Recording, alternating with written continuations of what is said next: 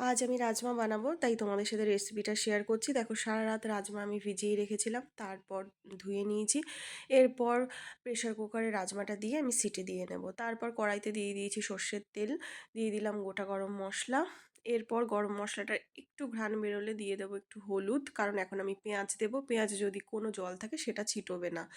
তারপর আমি দিয়ে দেবো পরিমাণ মতো লবণ, হলুদ। এবার পেঁয়াজটাকে একটু নেড়ে চেড়ে নেব। লাল ভাবটা আসলে পেঁয়াজের মধ্যে তারপর অ্যাড করে দেব আমরা টমেটো। এরপর কিছু মশলা আমি পেস্ট করে নেব, যেমন টমেটো, কাঁচা লঙ্কা, রসুন, সাথে একটু তোমরা পেঁয়াজ দিতে পারো। তো দেখো আমার পেস্ট হয়ে গেছে, পেস্টটা আমি পুরো ঢেলে দিলাম। তারপর একটু নেড়ে চেড়ে নেব। দেখো মশলাটা প্রায় কষে এসছে।